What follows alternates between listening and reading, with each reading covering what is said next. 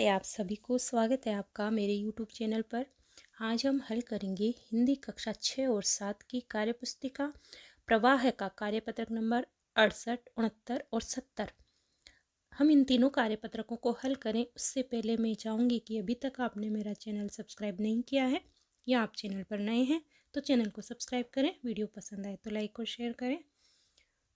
जो 68 कार्यपत्रक है उसकी दक्षता है गद्यांश पद्यांश को पढ़कर समझ के साथ उत्तर दे पाना। तो यहाँ एक गद्यांश है लिखा हुआ है, उसके लिए गद्यांश को पढ़कर नीचे दिए गए प्रश्नों के उत्तर दीजिए।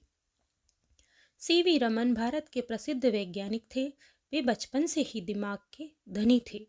उन्होंने अपनी पूरी शिक्षा भारत में रहकर की। बाद में उन्होंने कलकत्ता के साइंस कॉलेज में प्रधानाचार्य के पद पर कार्य किया। उन्होंने विज्ञान के क्षेत्र में नए नए प्रयोग किए। प्रकाश किरणों पर उनका शोध कार्य रमन प्रभाव के नाम से प्रसिद्ध हुआ। पूरे एशिया में सीवी रमन पहले व्यक्ति थे जिनको विज्ञान के क्षेत्र में नोबेल पुरस्कार मिला। बहुत अच्छा पैराग्राफ है, ये आपकी जीके को भी अच्छी करेगा, तो ये पैराग्राफ आप ध्यान से पढ़िएगा। और इसमें से ये जो नीचे प्रश्न पूछे गए हैं वह है नीचे दी गई जानकारी में से सही जानकारी चुनिए। इसमें क्या है, सीवी रमन कौन थे, तो इसमें वैज्ञानिक वाले बॉक्स पर आपको राइट करना है। ख है प्रधानाचार्य के रूप में किस कॉलेज में कार्यरत हुए, तो इसमें साइंस कॉलेज कलकत्ता वाले बॉक्स पर आपको राइट करना है।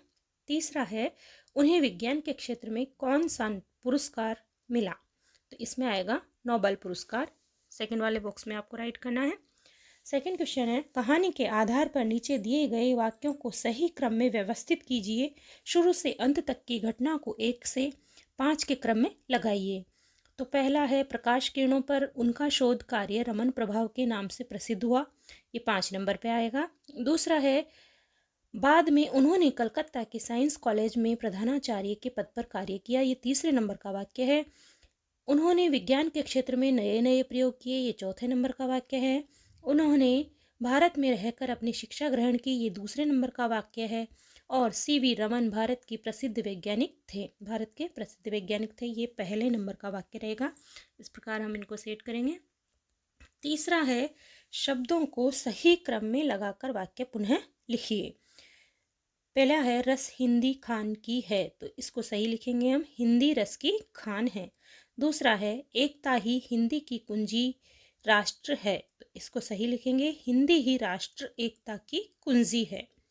तीसरा है हिंदी है रानी की भाषाओं, तो इसको लिखेंगे हिंदी भाषाओं की रानी है।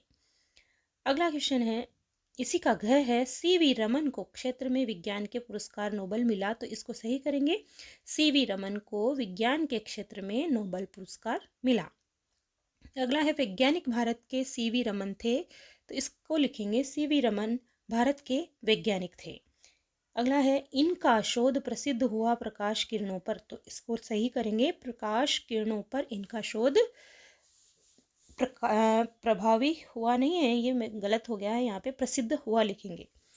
अगला जो कार्यपत्रक है वह है 69 यानी 69। इसमें दक्षता है स्वविवेक से लेखन कर पाना।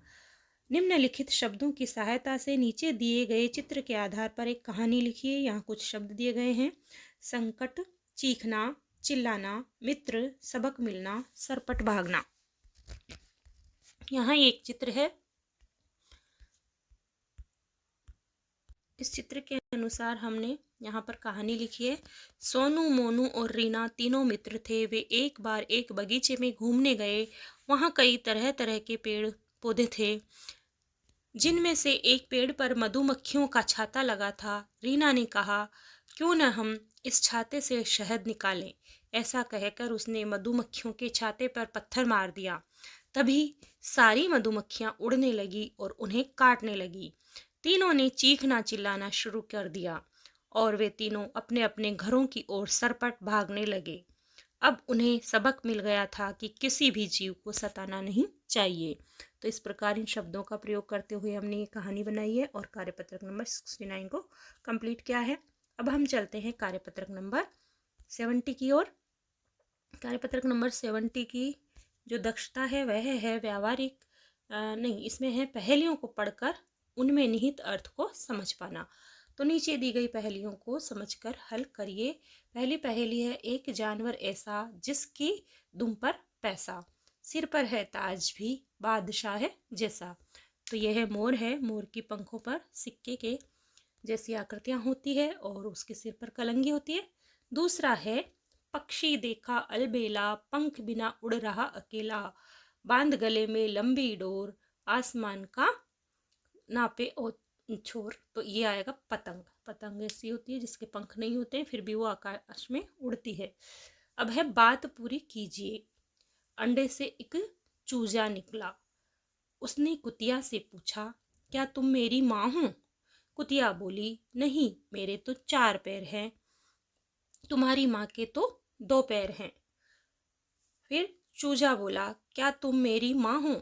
एक लड़की से बोल रहा है। लड़की कह रही है, नहीं, मेरे तो 2 हाथ है, तुम्हारी माँ के तो 2 पैर हैं।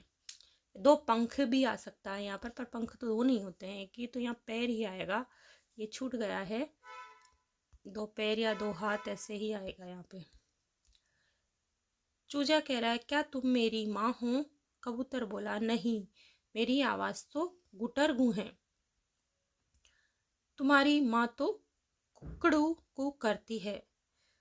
चूजा मुर्गी से कह रहा है, अब तुम कुक कुक करती हो, तुम ही मेरी माँ हो। मुर्गे ने कहा, हाँ हाँ, मैं ही तुम्हारी माँ हूँ। तो इस प्रकार ये कार्यपत्रक हम कंप्लीट करेंगे। आज हमने कार्यपत्रक 68, 69 और 70 कंप्लीट किए हैं 6th क्लास की हिंदी के।